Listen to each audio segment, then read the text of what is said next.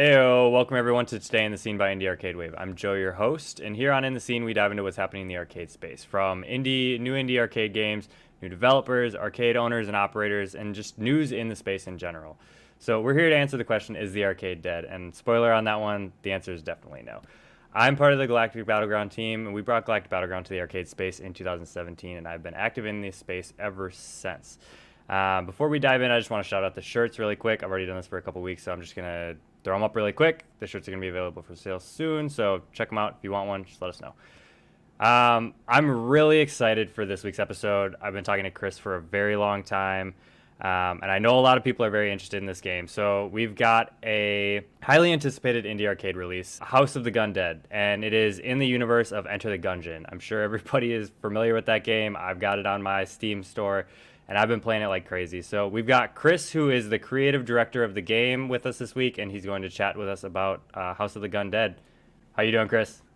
I'm doing great, Joe. It's good to talk again. Yeah, it's good to talk. We've been communicating a little bit. I'm going to be kind of helping you guys out a little bit with this project on the marketing side, sales side of it. But I'm really excited to hear, what happened with this project, because you guys first announced it in like 2018, 2019, and now we're finally here. We had a lot of speed bumps in the middle there, but Yeah. I'll let you dive into that a little bit deeper here. But let's get an intro from you. Who's Chris? What do you do? And then when did you first play Enter the Gungeon? So Chris Cruz, I am the creative director for Griffin Aerotech, and Griffin Aerotech is the team behind Enter the Gungeon, House of the Gundead. So really, my responsibility is all things creative, from kind of seeding the core gameplay ideas to drawing every element of the game. The game's the pixels art style, kind of a 2.5D with 3D elements, and between designing the characters and doing all the animation and textures and all that, and then also being responsible for the core gameplay. It definitely keeps me busy. As far as the first time I played Enter the Gungeon, would have been not too long after the release. I'd have to say it's gosh, this time blurs now, but maybe 2018 or so. And I was really taken back by the scope more than anything. I think on the surface, it's seemingly simple pixel art, top down roguelike dungeon crawler. But boy, it's got depth. I mean, that game is staggering in its depth, and they all the updates they added, all the DLC they provided for free to the fan base. I think that just built the community around that game up to a fever pitch. I mean, I think even if you go and look at the wiki that the fans did, you can see, there's just like an incredible level of detail around that fandom, and people are really, really excited about all things Gungeon. So I think, yeah, it would have been not too long after the release, and yeah, I was just really taken by just the level of depth and detail in that game. It's really remarkable. Yeah, there's a ton going on. So many different guns, bosses. I've played the game so many times. I'm pretty bad at it, but it's like I played it so many times, and it feels like it's a different game every single time Yeah, because it just evolves so differently with what power ups, what guns, what bosses, what rooms you get into. All this stuff is so different.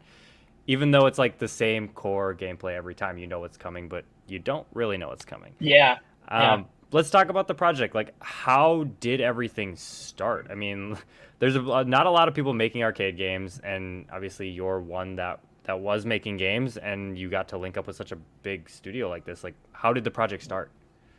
Yeah, so for those of you who aren't familiar, probably most of you, we had a project before called Sky Cursor, and Sky Cursor was an arcade exclusive shoot 'em up, but it was a little bit different in the sense that it was almost like a beat 'em up mixed with the shoot 'em up, and very kind of over the top action game, really. And we were pretty proud of the work we had done there in the arcade space, and had a pretty good following. And we thought, well, what would happen if we found a publisher to help us take this to another level? And we were sitting around the bar one night, I think, and I said, the only publisher I would even reach out to that I think could be a fit for us and that I just feel like does really cool stuff is Devolver. And so, funny story.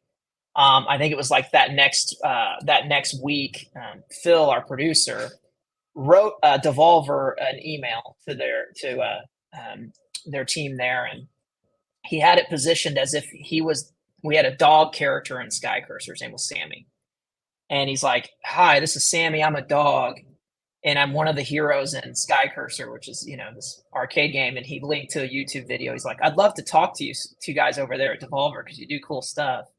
And it's all written from the perspective of this dog character. And I didn't even see the email. He sent it off. And about 6 months or so goes by. It may have been longer. It may have been like 8 months. And we were having a drink again, and I asked Phil. I said, "Man, did Devolver ever even respond to that email?" And he's like, "No, I never heard back from him." And it must have triggered something in his mind because a couple days later, he texts me, and it's this very like intense text. He's like, "Devolver responded. They want to talk. Let's figure this out." And I thought, man, what are the odds? We just talked about it. And I was like, "Oh my God, what did you do? What did you say? How did you get their attention?" He goes, "I'll tell you when when we're in person because you'll need to be able to punch me." It's what he says in the message. And it's because they responded the day after he sent him that email, 8 months prior. And he was just busy and things happened. It was an email account. I don't think he checked as much.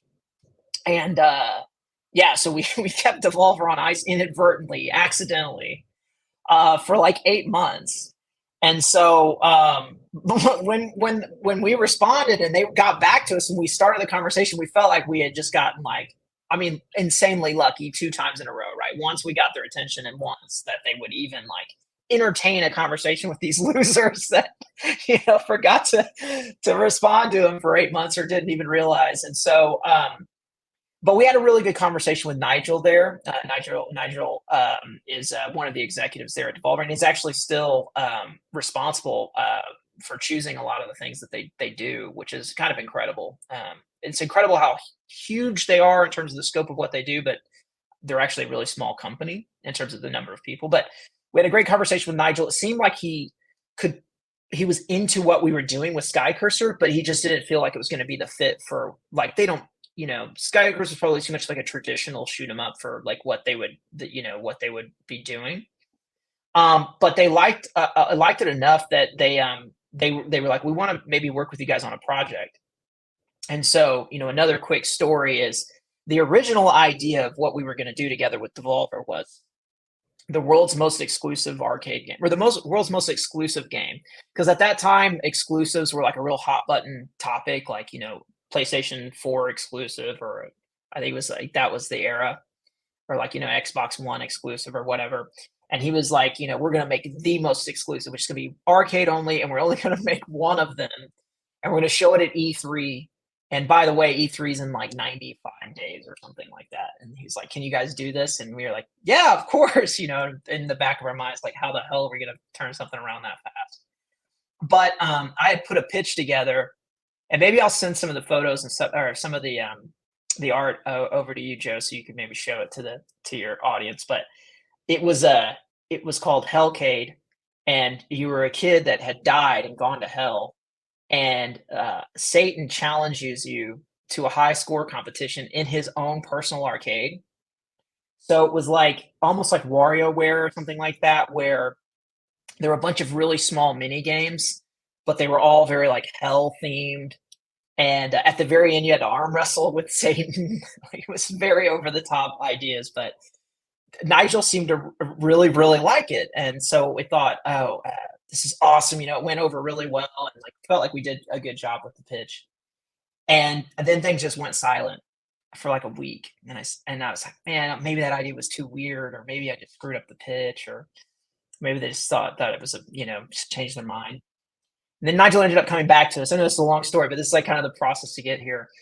And he was like, you guys have something going on, and we love this thing that you're doing with arcade. Like, we think that's unique, and you guys have kind of proven yourself in the space, and want to give you something bigger than what we've talked about. And Gungeon at the time was their absolute biggest IP, and it still is amongst the very very largest of the games they have in terms of just the sales and the fan base. But he said, would you be interested in doing a game in the Gungeon universe? And he's like, can you guys do a light gun game? And once again, we said, yeah, absolutely. We'll figure it out. And in the back of my mind, I was like, how the hell are we going to do this? But you just got to take every shot you get. So that's how a Gungeon came to be. And then shortly thereafter, we got to meet and start working with the Dodge Roll team. And Dodge Roll is the creators of the original Gungeon game, and they've been a huge support through the process as well. But yeah, it was just a very strange, kind of stumbling into something and kind of almost screwing it up, and then somehow being able to recover and make something of it. But yeah, it was a very very strange story. But I guess that's probably typical in the arcade space nowadays, right? Like, well, it's it's not the most run of the mill way of getting something going and starting in the arcade. Yeah, I mean, you stumbled and recovered multiple times throughout that process That's to kind of work our with Devolver. Yeah, that's kind of our thing, I think. Screwing up and then recovering somehow, maybe. I don't know. So when you mentioned that they were really the only kind of indie publisher that you were even thinking about working with, that's exactly where my head went to. We were thinking about it with Galactic Battleground, like who would we go to maybe publish this, and they were the Mhm. only ones on my mind. So let's talk about what it was actually like to work with Devolver and Dodge Roll on this game, because I mean, like you said, it's a huge IP. It was their biggest at the time, and Dodge Roll probably has really high expectations for this game because I mean, they blew it out of the water. Like Yeah, you can't mess up that IP. So, what was it like working with those two studios? yeah. So, I can start with Devolver because it's just easier, right? In terms of just, they're just incredible. Like, I think that it almost sometimes you, you almost kind of wondered, like, how can they be so relaxed and like and comfortable with their creators. And I think that's just how they've built their business. They really trust their developers. They trust you to take time with your projects. To not hound you. And we would have routine check-ins and things like that, but they were always very positive and reinforcing. And if we had issues or we had challenges along the way, they were understanding, and they were just really, honestly, really incredible to work with. And plus, they're just cool. Like, it's just a cool group of people, and they do incredibly cool things. And I would almost describe them as like a really killer record label. Like, almost like back in the '90s or something. If Sub Pop, if they put something out, you would go get it, right? Because they were the it, record label. And in many ways, I feel like Devolver's taken that kind of spirit into games. Where if it's a Devolver game, that it will at least have a very distinctive personality and will have a ton of heart behind it. And so, they've just been remarkable to work with. And so is Dodge Roll. But as you said, the Dodge Roll, these guys are seasoned. They've worked at bigger studios. They've been, in the gaming industry for a very long time. They're young. And I believe they're younger than even we are at Griffin Aerotech, but they just have a ton of experience in the space directly. And they also have a wildly successful game under their belt. So they have been incredibly great to work with, but they also have very exacting standards. And specifically when we turn in a build for them to look at and review, we get extremely meticulous notes, and such level of detail and clarity in terms of like, these are the things you need to be thinking about, that I just cannot stress enough how much we've grown as developers from getting that level of feedback and being able to work with a team that has experienced so much, and has so much experience in the space, and is so knowledgeable about what it is they do. But it was not always easy. there were often times where we would be in the middle of working on something, but we wanted to share where we were, and I kind of knew like, well, these areas were going to be rough, and we get feedback on those, of course. But then other things where I was just like not thinking or focusing on those things at the time, and it's just like, boy, we got a lot of work to do. But it just helped us grow, and I wouldn't have it any other way, right? Like we are all dedicated and committed to making the best possible experience for the player that we can. And through all of that, like we just had this like mantra that really great software solves all problems, right? Like if your game is truly special, truly good, um, it just solves problems. Because it's like if it's undeniably great, um, yes, there are more games coming out now than there ever have been, but it's still not enough that truly great games don't kind of rise to at least some level of visibility, at least some level of recognition. So we just worked as hard as we possibly could. But yeah, it's been phenomenal. I mean, I cannot say enough good things about Devolver as a publisher, and Dodge Roll. Like, I mean, they've proven themselves. I don't need to say this, but they're just incredibly talented.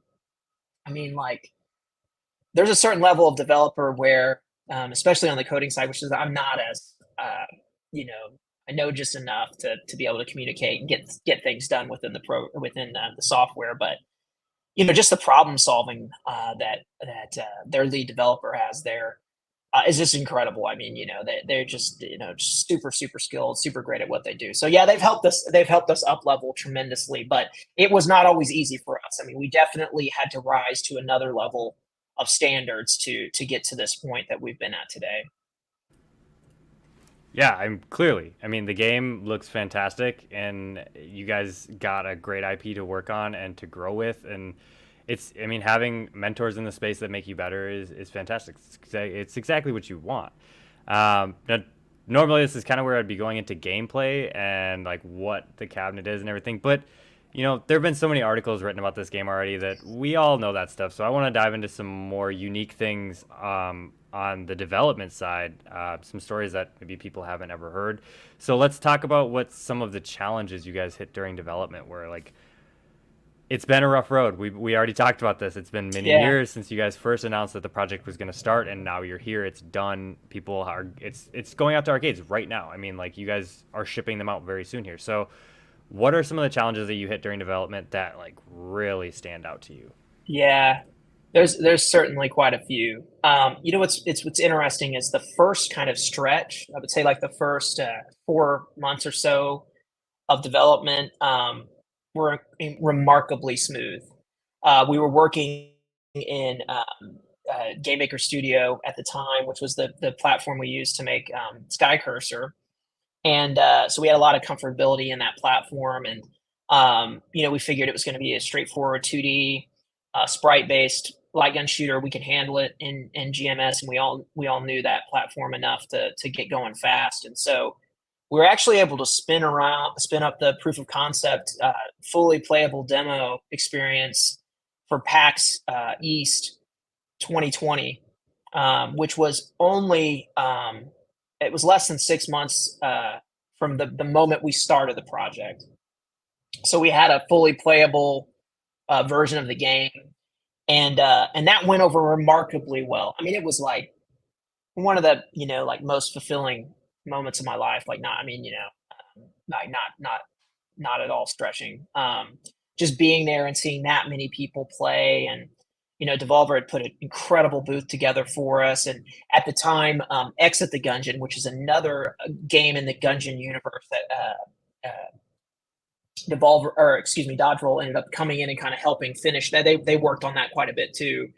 Um, but that was premiering at that time too, where it had just premiered, and so it was just like this whole like Gungeon, world they had spun up, and we showed the game there, and again, it went remarkably well. But then COVID hit.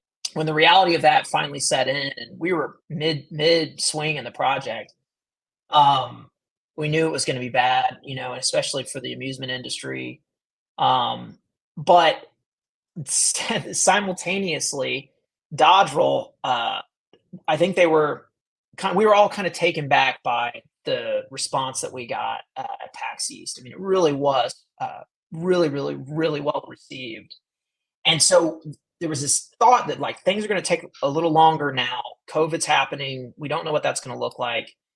And Dodge Roll actually proposed to us, why don't you guys switch to Unity? We'll help you build the foundation for what you're doing in Unity, and then that way you could take advantage of some of the assets that they had made, Dodge Roll had made, and because that was all built in Unity, the original Gungeon game. And so it was a little scary at the time. It would have been a lot scary at the time if I had known how tough that transition was going to be. But you know, it seemed like the right thing to do because we knew that this project was going to get extended anyway. And so we switched to Unity, and I think that really was a lot bigger change than I had even realized it was going to be. It just everything. It was essentially you're rebuilding the game from the absolute ground up. Even the way like the light guns interface with like dual mouse. This is kind of the technology behind the hood, behind the scenes that we use. Is it's essentially two mice on the screen, as you could probably imagine, two pointing devices. And even just little things like that was just like completely retooling this thing from the ground up. Fortunately, a lot of the art was directly transferable, but one of the other big changes was it actually went from being just a pure sprite based, where literally the backgrounds were like almost like a Street Fighter background, where you just have like a flat, you know, maybe there's parallax scrolling and things, but like it's literally just a flat image you're looking at, and then the characters are kind of moving around in that flat surface and scaling in a way like NBA Jam, for example, where it looks like it's a three-dimensional surface you're looking at, but it was all actually completely flat. Whereas in the Unity version of the game, it actually is 3D. You're looking into a 3D world, but then the characters, like almost like Doom, are flat sprites.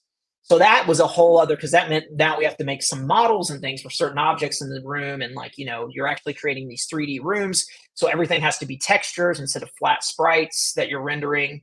So that was like completely redoing all the art there. But that transition was also very, very hard for our developer, Brad, because it was like he had to just completely, you know, relearn, you know, basically, again, program the thing from the ground up. And Dodge Roll certainly helped us, but they're busy guys too. I mean, they're, you know, they're trying to make their own new games, and they're, so it's not like they were in the project daily or anything like that. They would help answer questions and things. So that was a big delay. And then when it came to like hardware and just getting any resources to make anything happen, COVID made all that, you know, next to impossible. So you're dealing with all that.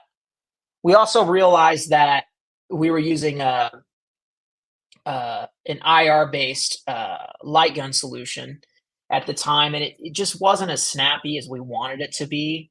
It was very stable, but it was like very sluggish. It just didn't feel as snappy as we wanted the game. We wanted the game to have this frantic, frenetic energy, and it's like the light gun wasn't kind of matching up with that.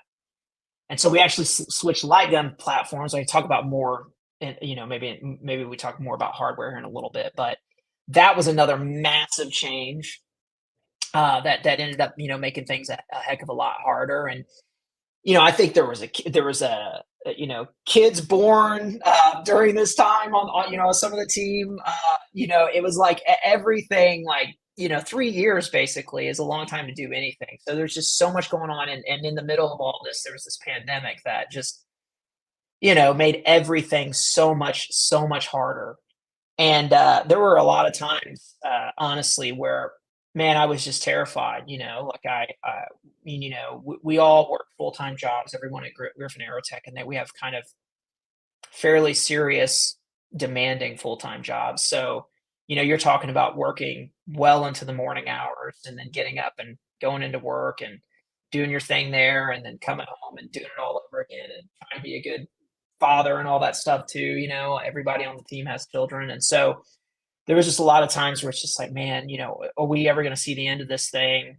Is COVID just going to completely destroy the arcade scene, and just in general. I mean, my heart went out. I saw so many great arcades, that had to close up, and it was just like it was really scary. Just like, I mean, for every reason, right? But it did seem at points where it's like, gosh, is this dream like going to kind of slip through our fingers, of what we're trying to do here, just for a bunch of things that we ultimately have no control over. So it was a real adventure to get this thing done, and fortunately, we had again phenomenal support from Devolver, and Dodge Roll did step in sometimes and help us solve some of the more complicated problems. We did find a great hardware solution with the guns that ended up being even better than I could have imagined with the partnership we have there now. But yeah, it was just about everything you could think that could go wrong. And somewhere or another it did go wrong. And then, on top of all that, just trying to having real life. I joke, like, I think I said it to you before we got on the call. It's like last 3 years of my life or so have been on pause in a lot of ways, right? Because it's just whatever moment I have. Don't ask me about any new movies. Don't ask me about any new video games that have come out or anything, because it's like when I have the time, I am in front of my workstation working on this project. And so and I know that the rest of the team is that same way, So it's like it's no joke to say, 2 in the morning Discord conversations about, hey, give me the update on the things you're working on, and instant response because everybody else is still working. So it's been a lot, but we've learned a lot along the way, and I think all the blood, sweat, a little bit of actual blood, a lot of actual tears, a lot of actual sweat has gone into this project. I hope that people will see that and feel that when they play the game, because it certainly was a labor of love to get to where we are, and we have plans to continue to update it down the line too.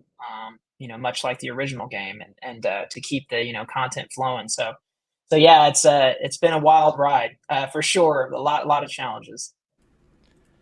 Well, you've gotten to the top of that mountain. I mean, you made it through everything. The game it's done. We'll call it done for now because it's in a Mhm. cabinet. It's for sale. Yeah, You can get it in an yeah, arcade. yep, So you made it through all this stuff, and you guys put so much energy and love into this game to make it so unique. What about House of the Gundead really makes your project stand out from other light gun games that may be in the space? I mean, obviously, like when you think light gun games, you're thinking. For me personally, it's Area 51. That's like my favorite light gun yeah. game ever. And a lot of the other light gun games feel very similar, just reskinned. So, what really makes House of the Gundead different from all the other light gun games? Yeah, great question. And it's one of those things where I think at first there was a level of intimidation with the light gun game, not even for the reasons that you might think at first, of just like, how are you going to make this work, light gun, and all that. It was more of just like, how do we make this different, and how do we make this feel like player autonomy? That was a huge focus for me. A lot of light gun games ultimately kind of become a war of attrition, right? Where you've got to try to shoot the enemies faster than they can shoot at you, because if you don't, they're going to hit you. You have no other choice, with the exception of something like Time Crisis, where you have the crouch mechanic or the cover mechanic. And so we wanted to make sure we could do something with that. So I'll start there. So our solution for this was in Gungeon. You had a couple of defensive mechanisms to kind of help you get out of sticky situations. The most important one was your dodge roll. The dodge roll was a roll just like Dark Souls, or Elden Ring now, where you have a couple of frames of invincibility during the roll. So we were like, how are we going to bring that into the arcade setting? So where we ended up landing with this, and you can probably see it in some of the gameplay footage, is there's these target systems that show up. And in our game, if you see a target, it is more important to shoot that target in that moment than it is to even shoot at enemies. Shooting at enemies will, you can kill an enemy before they even have the chance to shoot at you. But if the enemy does fire at you, which you're never going to be able to get them all before they shoot at you. That's kind of the core part of this game, is that there's kind of a lot of enemies on screen at any given time. When they fire at you, depending on how tough that enemy is or how sophisticated that enemy is, you will get a different experience of dodge targets. We call them the dodge targets. If you successfully shoot the dodge target, you will dodge, and you will dodge in the direction of the target. So if a prompt pops up on the right-hand side of the screen, and it's because someone shot at you from the left, you shoot that prompt on the right, and you dodge out of the way. As enemies get more and more complicated, they start to introduce all these different tactics where it's a sequence, for example, right? So there's a big attack that has a big windup, and you start to see the sequence appear. And it's almost like you're drawing with your gun and shooting the targets, and the targets are telling you what order, what sequence to shoot those targets in. And if you do that prompt successfully before the bullet hits you, because the bullet's traveling at you in the 3D space, you're seeing it get closer and closer. Right before it hits you, it starts to slow down. So you have a moment to, this is it. You've got to do this or you're going to take this damage. That was being able to communicate. There's so many bullets coming at you. How do you know which ones are about to hit you, right? So it's all about, like, you see them come close to you and you see them start to slow down. So there's that, and then there's some enemies that have false targets where they'll trick you. They'll have one good target, one false target. If you shoot that false target, you actually take damage. There's targets that are moving across the screen. There's targets that have shields above them. So you have to shoot the target a few times and then break the shield off, and then you can dodge. So that was our way of giving the player some sense of control in the actual moment-to-moment combat. So that was a big one. Then another defensive mechanism you have in Gungeon that we were able to bring into House of the Gundead is the blanks system. So blanks are a limited number of resources you have, where that if you fire the blank, it does a little bit of damage to all the enemies on the screen. It also clears all the bullets. It gives you a moment to breathe. So we were able to bring that into the game as well. It's almost like a smart bomb type of thing. I would say it's probably not as unique as the dodge mechanic, but it was very important to me that the player felt like they had control to be able to get out of the way of harm, right? Be able to kind of make sure that you just didn't have to feel like you just had to shoot everything right before it shot you or you're going to take damage. So that was a big one. Another thing that we worked a lot on is a sense of exploration. So everybody's familiar, I think, at this point. If you know Gungeon, you know it's a roguelike game, which ultimately means that every time you play the game, you're getting a different experience. And so we wanted to bring that in, but we also wanted to bring in a sense that you're exploring the Gungeon, right? That you're actually kind of choosing your path. So when you clear a room of enemies, there are doors, and you can select which door you go into. And there's some of the doors are hidden sometimes, for example, where you maybe have to clear some debris out of the way, and then you see a hidden door is revealed. And that hidden door will take you to a different experience than the door that's just obvious right ahead of you. And because it's all procedurally generated, every time you run the game, those secrets are going to be different in a spot. That the enemy that you're fighting are going to be different. They're going to be at different placements. The experience of each floor is going to be different.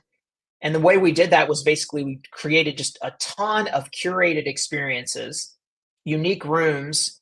Some of the rooms have, every time this room shows up, you're going to see these enemies or maybe a different set of enemies. And then some of the rooms are a little bit more freeform, where it's like pull from this group of enemies and make sure that you only have this much total HP, right? That at any given time. To allow for some true randomization to happen within those moments. But then all of those moments get procedurally put together differently every time you run the game.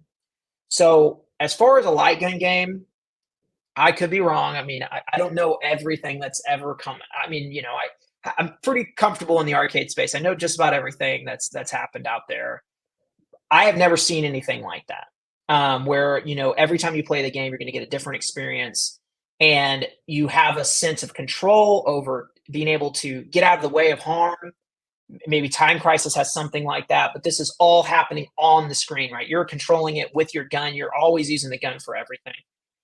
Then on top of that, the just volume of things that it can happen. For example, guns. There are dozens and dozens of different guns in this game. And because we partnered with Sinden, which is Sinden light gun software, he has a haptic feedback model that has a recoil solenoid in it. And we were able to actually communicate with that recoil feature in real time. So what does that mean? So if you fire a pistol, it feels one way. If you fire an Uzi, it feels another way. If you fire a shotgun, that feels different. If you fire a rocket launcher, that feels different. No, by the way, there's dozens and dozens of these things.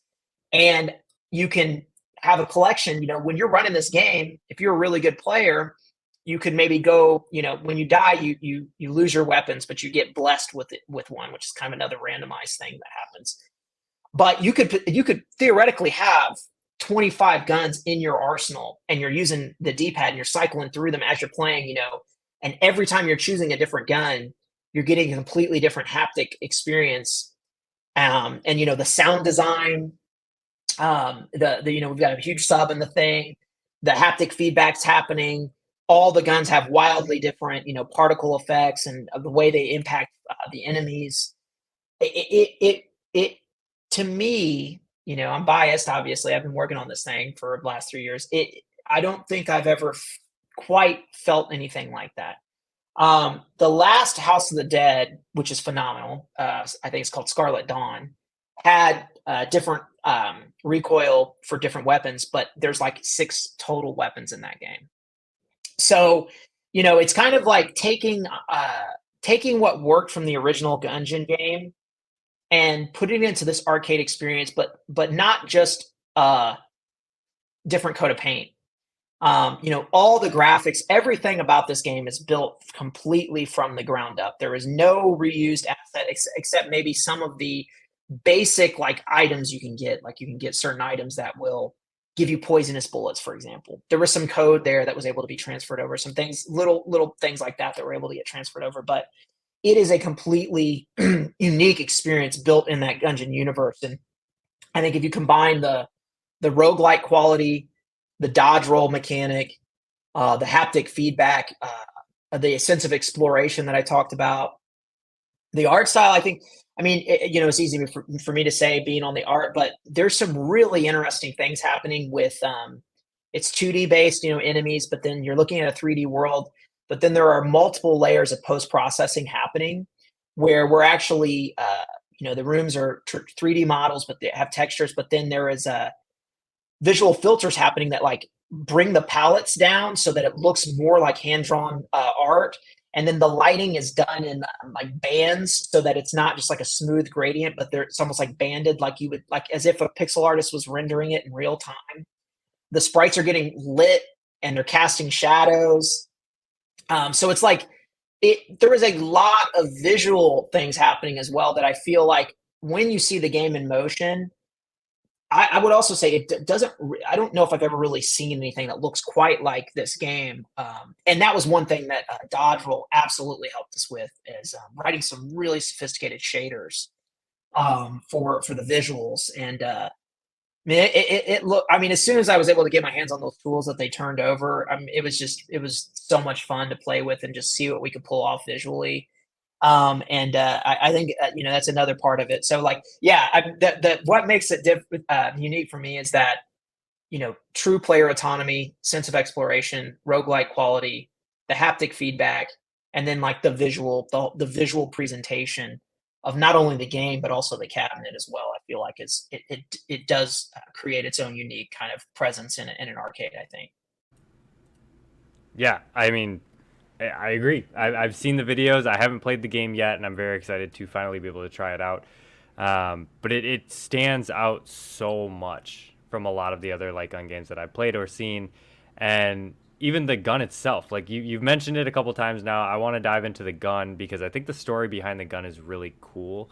And so tell us the story behind the gun, and then what it was like to actually get this gun to work with modern equipment that Yeah. you guys have in this cabinet. Yeah, absolutely. So the light gun technology is called Sinden. It's developed by a gentleman named Andy Sinden. He's in the UK, and we reached out to him shortly after he had a wildly successful Kickstarter. I want to say he raised over 1 million in his Kickstarter because he had such a phenomenal product. So the way that the Sinden light gun technology works for those of you who aren't familiar is essentially there is no additional hardware that's needed to make this work. It draws a white border around the screen. And that border is used to essentially give information back to the gun's lens of the geometry of that screen and the distance it can determine with incredible accuracy where the gun's being aimed, and it can do this with light. So there is, the lag that you would experience, with other solutions out there, is mitigated. And it really gets as close to that twitchy, super super fast CRT based light gun technology as anything I've ever used. And also just the fact that it's a true indie success story made it very appealing for us when we saw it out there. And so we had reached out to a few different technologies, tested a few as well, but Sinden ended up being the way we ended up going. And we're very fortunate in that, it's not like Andy was gonna, well, Sinden. It's not like we threw a bunch of money at him to come, help us work on this. In many ways, he just thought it was cool. Of course, we're paying him for his technology and all that, obviously, but he really became a partner through this in a lot of ways. I mean, just from custom software helped us put together to helping us create a more robust version of the game the gun that's capable to be used, for commercial application, reinforcing things. There's all the kind of hardware specs you would expect for a commercial application that we've worked with him on, and he's just been an incredible partner. I would say that there was, certainly some complexity in, everything he has works phenomenally well, but it's not really, directly intended for like an all day, 16 by 7 running, application, right? Where so we had to work through things to make it just really, you could sort of robust and be able to kind of hold up to the standard of a commercial arcade in terms of the software. But outside of that, we had something going pretty fast. And then, being able to get that recoil element, the haptic feedback working the way that we wanted with all the unique weapons and all that, that was a real triumph. I mean, that was Andy and our team working together. And boy, that was one of the coolest things. I can't, I can't tell you enough. You were talking about when you went and picked up your prototype and you just wanted to, hang out with it like all night because you're so excited. That's how I felt when we first got the recoil working with all the different ones. Because at that point in the project, we were pretty far along, so we had 20 some guns to test with, and in the game, in the software, and just seeing that working and feeling that working, I was like, oh shit, like, this is really really cool. So yeah, that was awesome. But no, Sinden's been great. Really really awesome to work with. I'm thrilled that he's had as much success as he has because he absolutely deserves it. He's got a really phenomenal product. So yeah, it's been awesome working with them, and it's cool too because it has a D-pad on the gun, so we were able to use that for weapon selecting. We've got the blanks that I talked about, which are kind of like your smart bomb. There's buttons on the gun for that. There's you can do both the traditional off-screen reload, but then you also have the pump reload, which I'm a huge fan of. It's just another kind of physical element of being able to reload with the pump. But yeah, no, it's a really really cool little product. There's been a lot of times where when we're showing the game, people are just like, man, these guns feel really good, and that's really all Andy. We did a lot of work to try to streamline everything for our game and make it really work in that application, but yeah, it's been awesome. I will say the one thing that was a real challenge and has very little to do with his technology, more of just the funky, crazy application we were doing, is we were really, really dead set on using a traditional form factor arcade.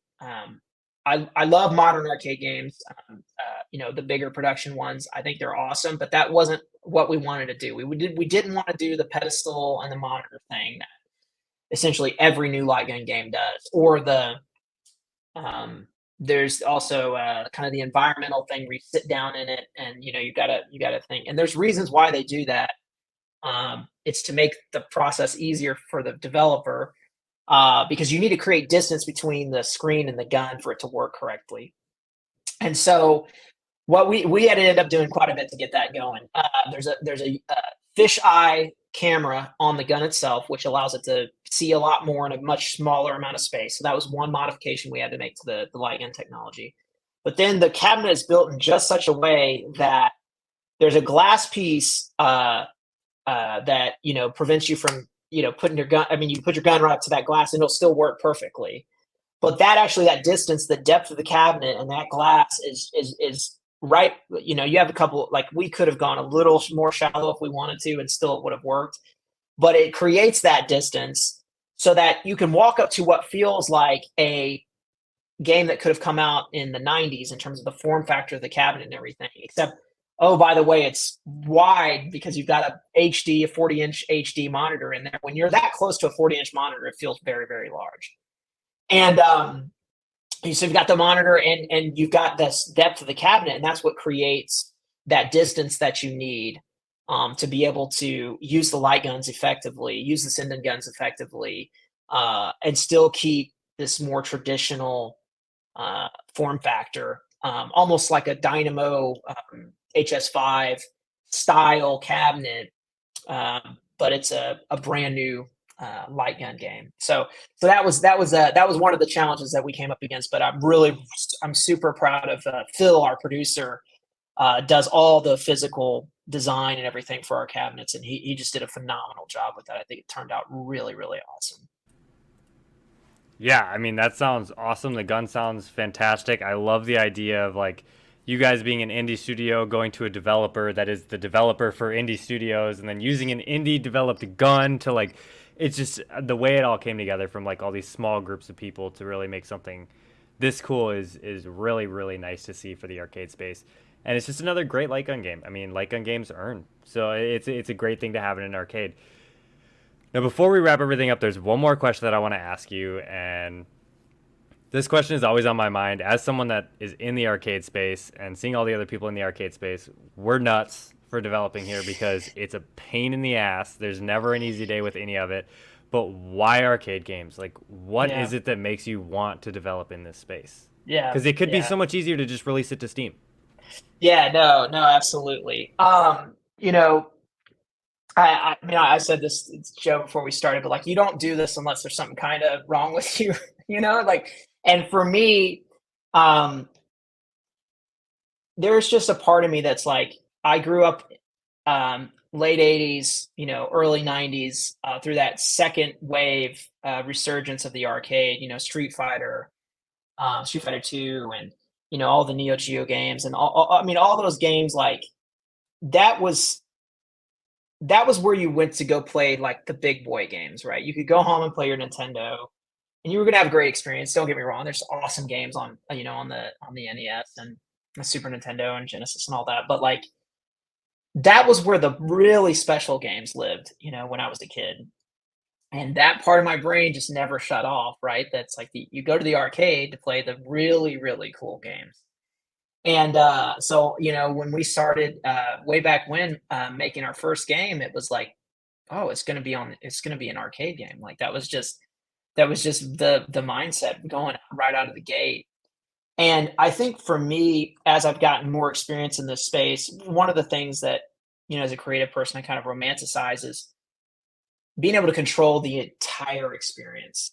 The monitor, the color settings on the monitor, the speakers, are they exactly the right speakers that you want to produce, the sound that you want? The way the cabinet looks, the way the cabinet is designed, the graphics that are on the cabinet, the way everything that you touch feels, right? Like, I mean, even just things like the surfaces of the control panel, these are all things that together, yes, they are all details that you can get wrong.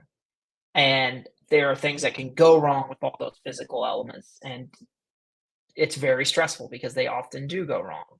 But as an artist, as someone who's sort of creative or likes to think of themselves, as being somewhat creative, it's very gratifying, and it's very fulfilling to be able to kind of create this completely curated experience. So like the moment you walk up and play, House of the Gundead, for example, everything that you interact with, everything, not only on the screen, not only behind the scenes and the software, but every physical element you see, um, everything has been thought about, and we have control over that.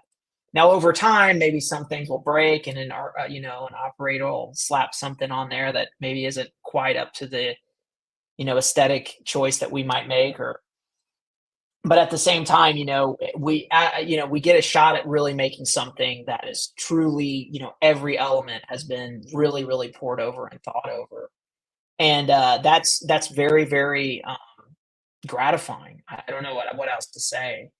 And talking to other developers in this indie space, it is really, really hard. I mean, it's it's harder than I think most people could imagine because these things also cost a tremendous amount of money to make. The price of wood, for example, has gone up like, I don't know, 20 times since even 5 years ago. Everything can break and it will break, and arcade owners and operators know that, and they're very precautious about those things, as they should be. They're trying to do right for their business, and so you've got to be mindful of all those elements. But at the end of the day, I'm saying all that because it's just these like hundreds of barriers. Like, oh my God, you got to figure out how to ship a 500-pound thing across, the country, or across the ocean, across the world. All those things, yes, they're very complicated. They're a huge pain. But boy, when you've got something that's good, it stands out. I mean, there's nothing like it, and even we've met some other very successful developers at Devolver that have worked on, well, that have published with Devolver, and they're like, you guys are making an arcade game. They're like, that's so fucking cool. Like that, they're just like, that is the coolest, you know, and because it is cool. Like it is very, very, very cool. I think it's who does this? Crazy people, right? And I think that it just helps you stand out. And I think I said this to you, Joe, like way back. I think I was like one of the first like 10 guests probably you've had on the show, but like I'm not so crazy to think like I'm so talented or anything that like I could just go make something tomorrow on Steam and it would be a wild success. Maybe someday, if I keep at it and I keep making. But by choosing this avenue that we've chosen with arcade, like it allowed us to come at it from a different angle, tell a different story to Devolver, for example, get their attention and look at, like the opportunity we have now. That would not have happened if we hadn't chose to do, our first game as an arcade game, for example. So I think, especially if there's other developers that listen to this and they're struggling, and man, I've been through just about everything you can imagine on the development side and of the arcade stuff, and had to deal with just about everything that could go wrong. And I know how hard it is, but it is worth it. It really is worth it because the arcades are still the coolest thing there is in games. I mean, I won't hear any otherwise. It's like it's just the coolest. It's the coolest thing, and like the sense of community, the sense of like actual. I was just joking with a friend, like back in the day when you're playing a Street Fighter with somebody, like you didn't have a choice other than to be respectful because you were standing right next to that person, right? Like, and all of a sudden you become friends, like and that's just something that you can't. It's really hard to do anywhere else. Maybe tabletop games or something like that, which I've never really delved too far into, but like that whole part of it, I think is just so huge. And so I mean, for me, it's like eh, I just wouldn't have it any other way. As hard as it's been, and it has been really hard. I really think that the arcade is it's just the way to go, man. And I'm so excited to see what you've been able to do too, Joe, with the community you've been building up. And I know it's it's like a niche within a niche within a niche, but and you've got a following, you've got people who are, actively engaged with what you're doing. And, you've obviously got a huge passive forward, you've got an awesome game of your own you're working on, and just got an awesome looking new cabinet. So, yeah, I mean, I hope that, more people feel compelled and inspired to give this stuff a shot because um, the more great indie arcade games there are, the easier it's going to be for everybody because they're less expensive than a game from Sega or a game from Namco, and the last remaining few big manufacturers out there. They're often have a unique creative voice, and you can create a unique space for your arcade. As an arcade owner with having indie games, and so I mean, it's just like the more good indie games there are in the arcade. I mean, it's there's no competition. For me, I mean, I want there to be more great games for the arcade space because I think we're all going to come at this different. We're all going to do something unique and different, and I just really excited to see what you're doing here, and I hope that we get to see more great indie stuff coming out down the line. Yeah, I appreciate that. And obviously, I mean, like you said, there's got to be something a little wrong with you just to try to hit into this weird space where it's very expensive to prototype. It takes a lot of time to make the game, and you've got so many different elements of you trying to create the experience, but is it going to be that experience every single time? Is it going to work for every arcade? There's so many things to play into it, and it's really fun to be in that space because it's not just publish, send, update. There's so many other things. You get to meet so many great people, and the community is awesome, and every arcade is different. Like, you can go to 100 different arcades, and you're going to have a different experience at every single one, which is really cool. And the people you get to meet there, too. I mean, it's just a great way to explore the world, really, meet different people. And Absolutely. I'm incredibly excited to see what happens in the future. I'm so glad you guys partnered up with Devolver and Dodge Roll, and this game is finally out for people to play. There's a handful, like 10 arcades got it like pretty early on. It's going to be coming to a lot more, I'm sure. And I guess just to wrap everything up, Chris, just thank you again for coming on and being one of the very, very early guests as well. Give shout outs to people that helped you along the way with this project, as well as social media, so people can check out the game and maybe bring one to their own arcade. Yeah, definitely. I would say just real quick on the social media stuff, follow Devolver, follow Dodge Roll, Griffin Aerotech.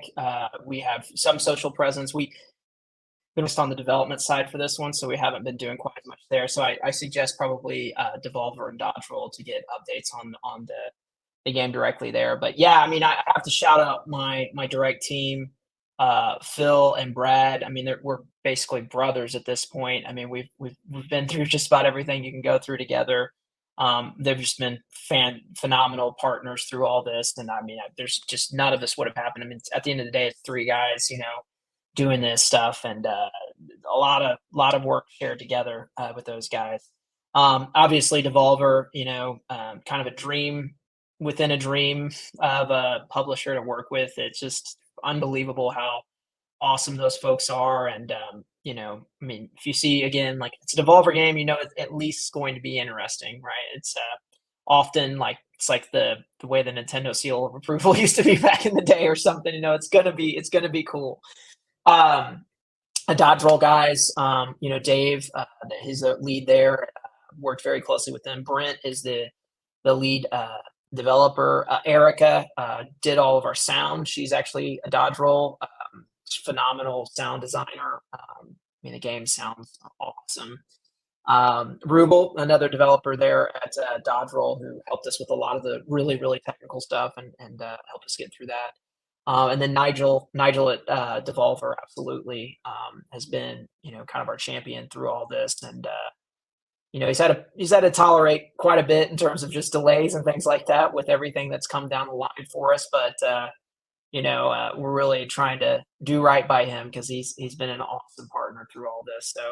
So yeah, but, and thank you, Joe. I mean, thank you for not only, having me on the show, but I know this stuff is a lot of work, not only, the development side of what you do with the game, but even just trying to like get this community going. And, here we are, at night on a weekday night, having this conversation. I know that you probably got other things you need to be doing too, but yeah, I just want to say thanks and appreciate the effort you're putting into all of this.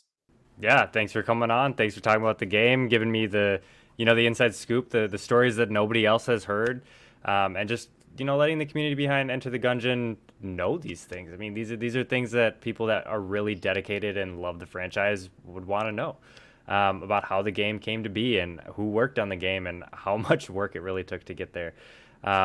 Again, Chris, thank you for coming on. I'm going to put the links to everything that he was talking about down in the description so you guys can check out the game and the future of the game, find out where you can play it, give it a go.